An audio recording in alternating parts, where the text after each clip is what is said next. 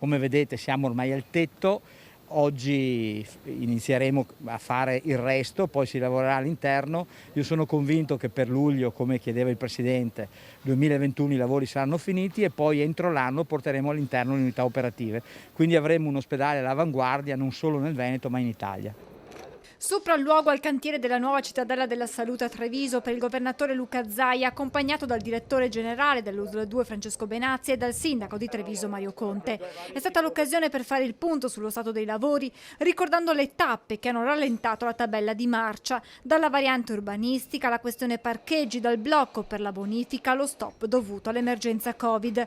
Ma ora il cantiere prosegue a pieno ritmo. È un risultato straordinario perché in questo caso abbiamo avuto a che fare con il peggio che può produrre la burocrazia, ha spiegato il presidente Zaia, che ha parlato di un giorno di festa perché si vede nascere un ospedale come questo, il primo in Veneto che guarda al futuro, votato alla tecnologia e alla robotica.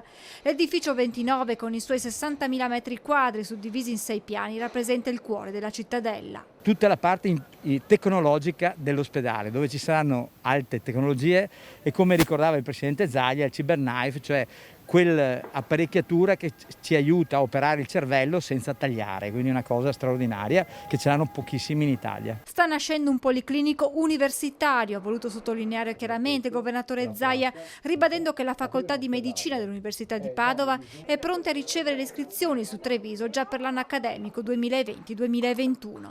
Sanità trevigiana pronta dunque a giocare un ruolo di primo piano a livello regionale, come già dimostrato durante l'emergenza Covid. E proprio sul fronte coronavirus la situazione nella Marca resta sotto controllo, ma i casi in aumento tra i giovani preoccupano e poco rassicuranti sono le immagini di assembramento e di mancato utilizzo della mascherina.